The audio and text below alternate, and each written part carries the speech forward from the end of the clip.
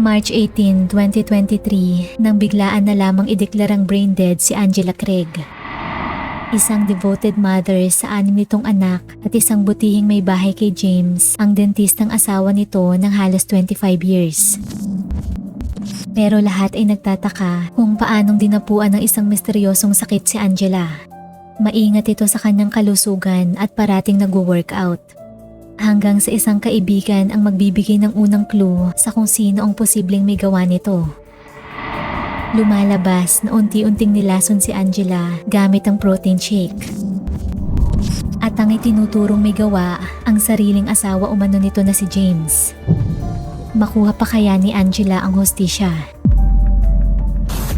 Kunin na ang inyong mainit na kape at simulan na natin ang kwentong krimen ng The James Craig Murder Case.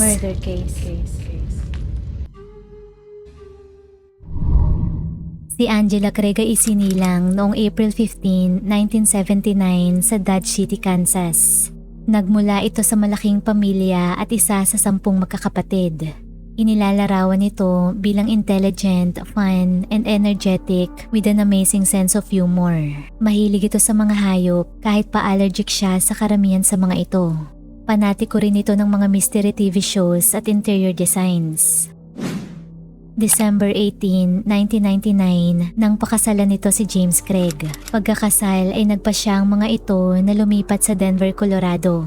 At doon ay binuo ang kanilang pamilya. Biniyayaan ng mga ito ng 6 na anak. Kapwa elders ang 2 sa The Church of the Latter-day Saints o LDS.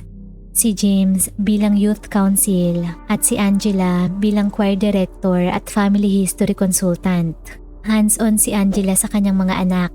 Ayon sa isang kaibigan, she's a phenomenal woman and the best mother you could imagine. Suportado rin ito ang asawang si James sa kanya namang career. My name is Dr. Jim Craig and I practice at Summerbrook Dental Group.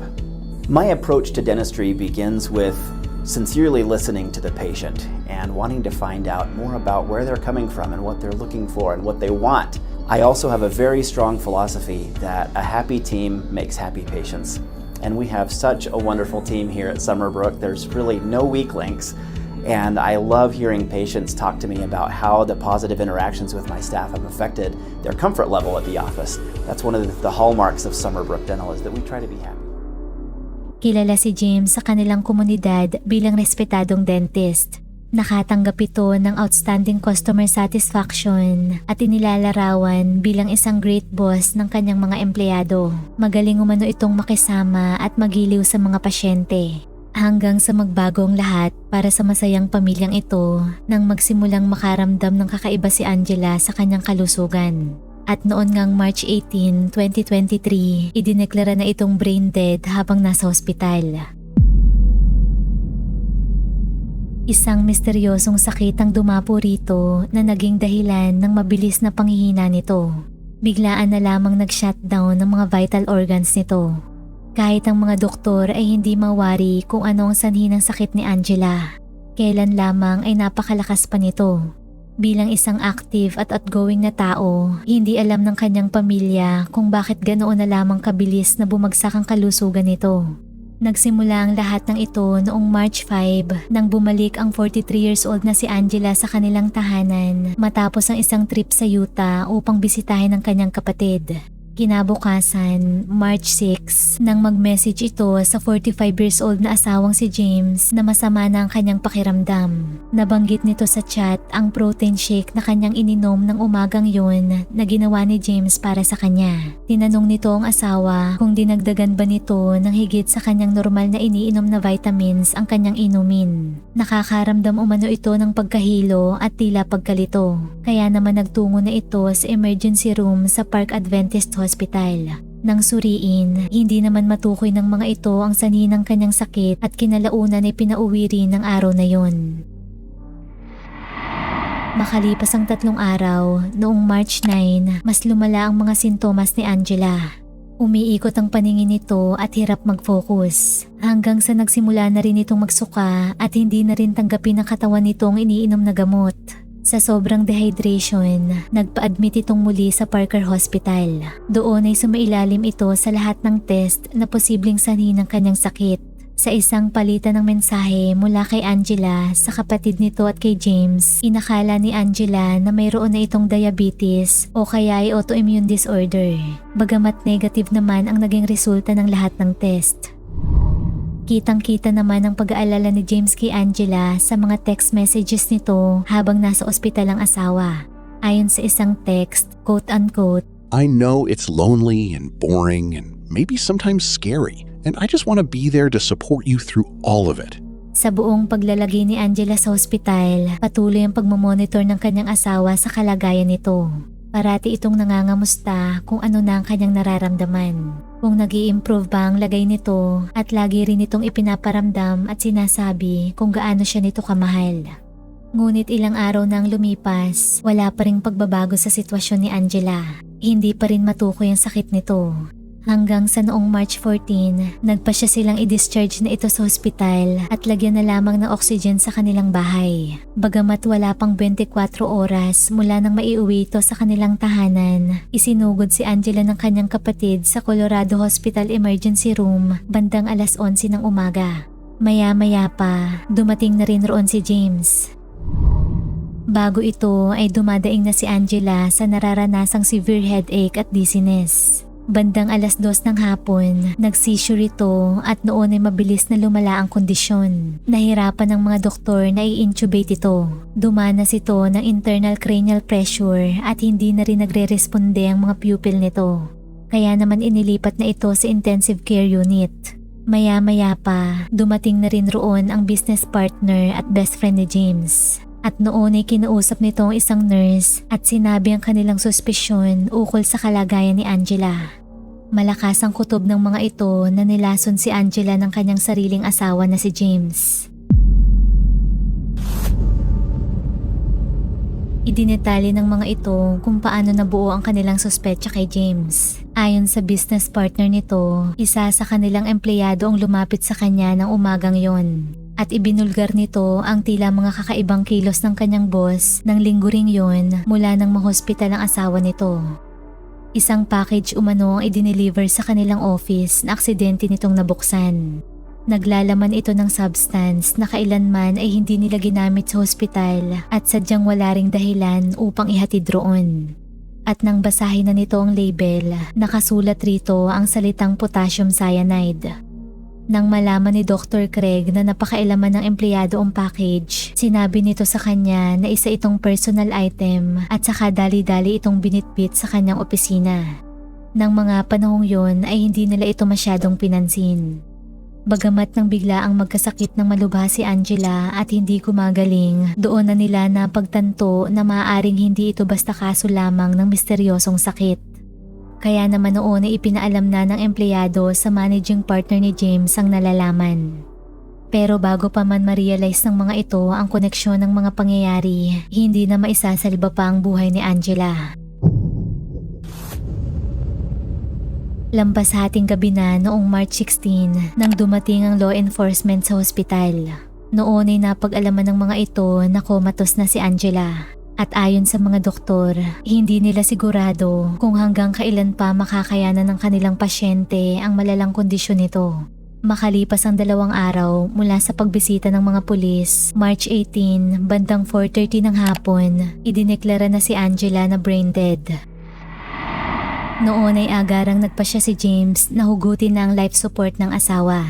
Itinanggi rin nito ang pagsasagawa ng autopsy at maagap na prinoseso ang pagpapakremate sa katawan ni Angela.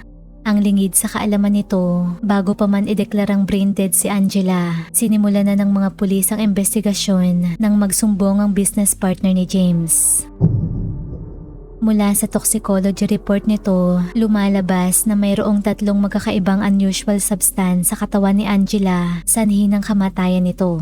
Ang potassium cyanide, arsenic at tetrahydrozoline. At noon nga ay tinuturing na ito bilang kaso ng homicide. March 16 ang simula ng investigasyon mula sa search warrant sa bahay ng mga Craigs.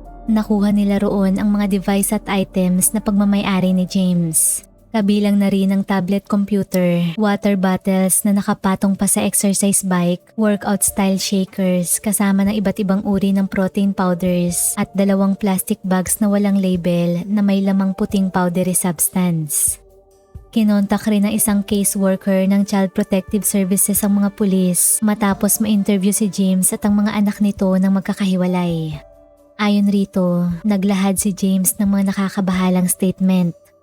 Nakafocus ito sa dinaranas na matinding depresyon at pagiging suicidal ni Angela. Ilang beses na umanong nagtangkang magpakamatay si Angela at na-revive lamang ni James. Ipinaalam rin ito na nakikipag-divorce na ito sa asawa noong December 2022 at mula noon ay mas lumala ang depresyon nito. Sinabi rin ni James na kailan lamang ay na-overdose ang misis at maaari itong lumabas sa toxicology report nito. Bagamat hindi nito alam kung ano ang eksaktong ininom ng asawa. Mula sa mga pahayag ni James, nakaramdam ang caseworker ng pagkabahala at kutob kaya naman nag-report ito sa mga pulis.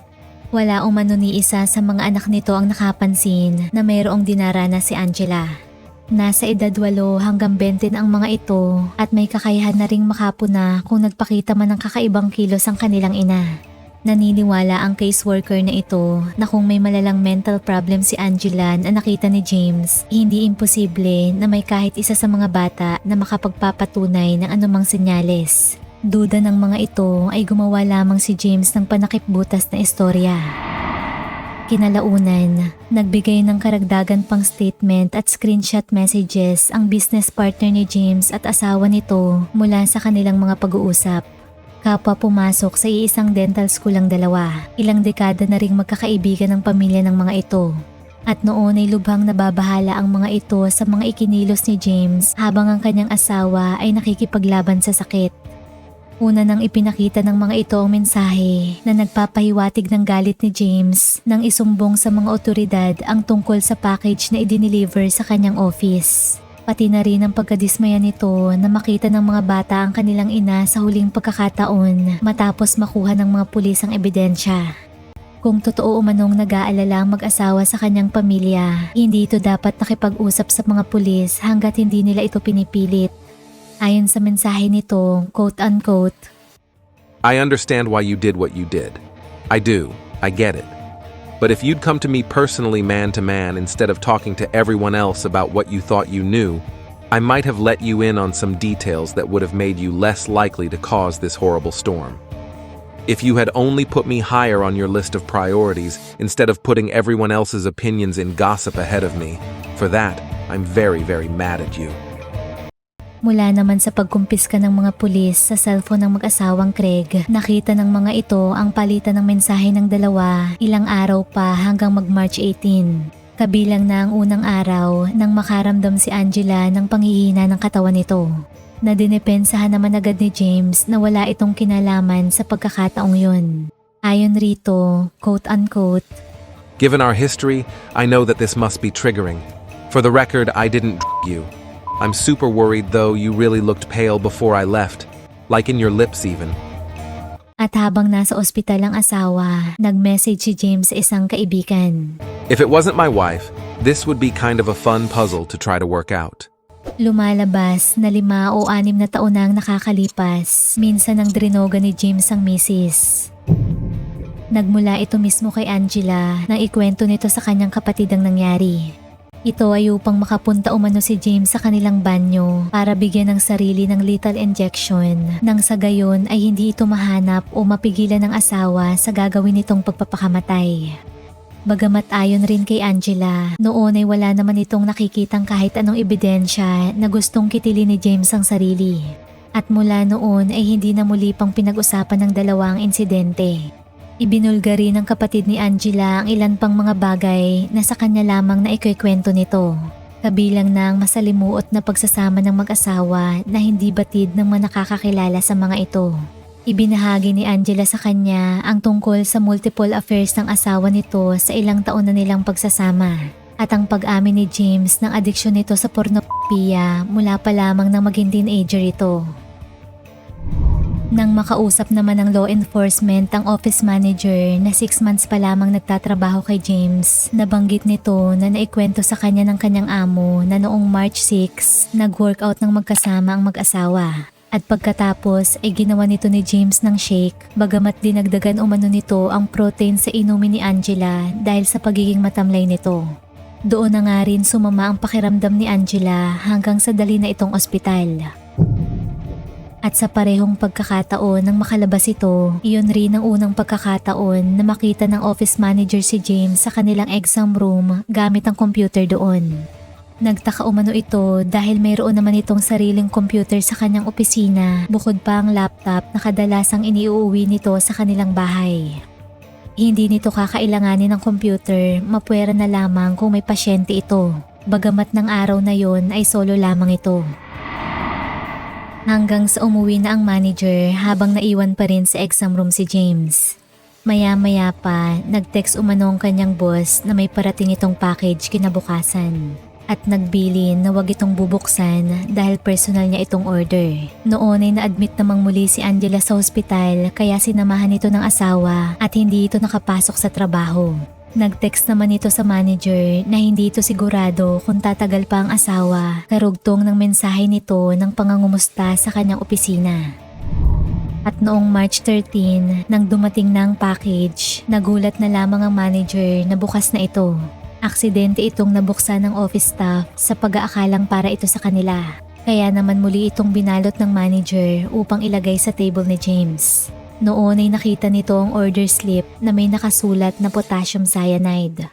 Nang mapag-alamang pabalik-balik sa hospital si Angela at hindi pa rin gumagaling, sinearch na ng manager sa internet ang side effects ng cyanide poisoning. At tugmang-tugma ito sa mga sintomas ni Angela. Kaya naman hindi na ito nag-atubili pang ipaalam sa boss ang natuklasan. Mula sa mga impormasyong ito, agad na sinuri ng mga investigador ang computer na ginamit ni James sa exam room. Noon ay kinalkal ng mga ito ang web history ni James. At natuklasan ang isa pa nitong Gmail account na naiiba sa alam ng kanyang mga katrabaho. Nilagin ito ni James upang magsagawa ng iba't ibang search. Gaya ng kung ilang gramo ng pure arsenic ang makapapatay ng tao at kung madedetect ba ito sa autopsy. Ginamit rin ang parehong account na ito sa pag-order ng arsenic metal sa Amazon noong February 27, 2023 at dineliver ito sa kanyang bahay noong March 4. Iba pang kahina-hinalang searches ang natuklasan ng mga ito mula naman sa YouTube. Kabilang na ang top 5 undetectable na lason na hindi nagpapakita ng senyales ng foul play, paano gumawa ng lason at top 10 deadliest plants. At kasama nga sa listahan ng top 5 undetectable poisons ang cyanide at arsenic. Hindi lamang ang mga ito ang chemical na in-order gamit ang dami Gmail na ito. Sa palitan ng message sa pagitan ni James at ng Midland Scientific, isang distributor ng laboratory products, bumili ito ng potassium cyanide na nakatakda ng dumating noong March 13 at hindi kinabukasang araw. Pero na-delay ito at ito ang pinaniniwala ang package na aksidenteng nabuksan ng isang staff. Bukod sa mga ito, nabulga rin mula sa Gmail nito ang mga romantic messages mula sa isang babae. Nakita roon ang 2 flight itineraries kung saan magta-travel ang babae mula Austin, Texas patungong Colorado sa mga petsang March 8 to 10 at March 16 to 20. Napag-alaman nila na ang babaeng ito ay nagngangalang Karen Kane, isang successful orthodontist na nakilala ni James sa isang conference earlier ng taong yon. Nakaschedule ang first trip nito sa petsa kung kailan na ospital si Angela sa ikalawang pagkakataon. Habang ang ticket para sa second trip ay ang parehong date kung kailan dumating ang order nitong arsenic. Sa isang interview, ipinaliwanag nito na nang magkakilala sila ni Dr. Craig ay nasa final stages na ito ng kanyang divorce sa asawa. At yun din ang sinabi sa kanya nito na nasa proseso na rin sila ng paghihiwalay ng kanyang misis. At hindi na umano sila nagsasama sa iisang bubong. Nang tanungin kung naniniwala ba ito na posibleng nilaso ni James ang asawa upang makapiling ito, agad namang umalma si Karen at sinabing malabo ito dahil wala pa naman silang napapag-usapan para sa kanilang future. Halos kakasimula pa lamang rin noon ang kanilang relasyon at hindi pa gaanong kalalim at kaseryoso. Nang mga panahong bumisita naman si Karen sa Denver, Colorado, ay nasa life support naman si Angela at nasa ICU dahil sa seizure. Ngunit napansin umano nito na wala man lamang bakas ng pagkabahala o stress si James. At siya pa mismo ang kusang nagtanong rito kung sigurado ba itong ayos lamang ang nobyo. There's no way I'm motive. There's been no planning a future together. She says he told her he was also going through a divorce as she had been. He told me they hadn't been living together. He had an apartment. Kane visiting Craig in Denver. Angela was on life support after suffering a seizure. He at no point seemed stressed or anxious or... I mean, really, I had to drag it out. I'm like, are you sure you're okay? Because he seemed okay. Kane says they met for dinner twice. At nang ideklarang brain dead na si Angela, nagawa pa umanong mag-dinner ng 2 beses ni na Karen at James. At sa kanilang second date, inamin ni James sa kanya na nag-aagaw buhay na si Angela.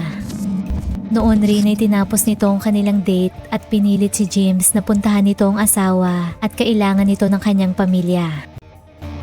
I can't even imagine the loss of a family member and then to consider that it could be at the hands of someone that had been in the family for 25 years.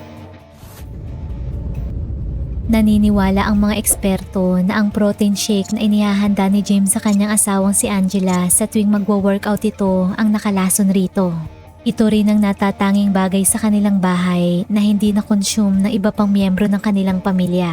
Mula sa toxicology, lumalabas na sa mga unang pagkakataon ay binigyan muna ito ng kakaunting dami ng lason. At nang hindi agad ito umepekto, doon na ito binigyan ni James ng mas maraming portion at mas nakamamatay na dosage. Malinaw na hindi aksidente ang lahat at pinagplanuhan ng maigi. Napag-alaman rin na mayroong 3 insurance policy si Angela at si James ang beneficiary. Bukod sa pagsusugal, nadiskubre rin ang malaking utang na kinasasangkutan ni James mula sa pag-i-invest sa cryptocurrency. Tinatansyang aabot sa $1 milyong ang utang nito dahil sa pagkalugi sa investing dahil na rin sa pagiging risk-taker ni James ayon sa business partner nito. Noong March 19, 2023, naaresto si Dr. James Craig para sa kasong premeditated first-degree murder. Noong una ay hindi ito binigyan ng bond dahil sangkot ito sa capital offense pero sa huli ay pinahintulutan rin ito ng Colorado Supreme Court. Hindi pa rin makapaniwala ang mga taong nakakakilala sa mga Craigs na magagawa nitong paslangin ang sariling asawa. 25 years ng kasalang dalawa nang mangyaring insidente. Noong July 2025, nahatulan si James Craig ng guilty at nasintensyahan ng habang buhay na pagkakakulong ng walang parol. Ayon sa mga taga-usig, ginawa nito ang krimen upang magsimula ng bagong buhay kasama ang kanyang kalaguyo at iwasan ang magagastos sa divorce lalo na't baon ito sa utang dahil sa sugal.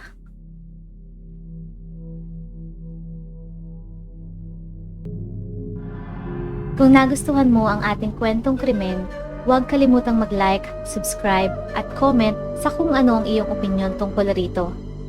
At laging tatandaan, mahalaga ang buhay, huwag kang papatay. Maraming salamat po sa panonood at hanggang sa muli.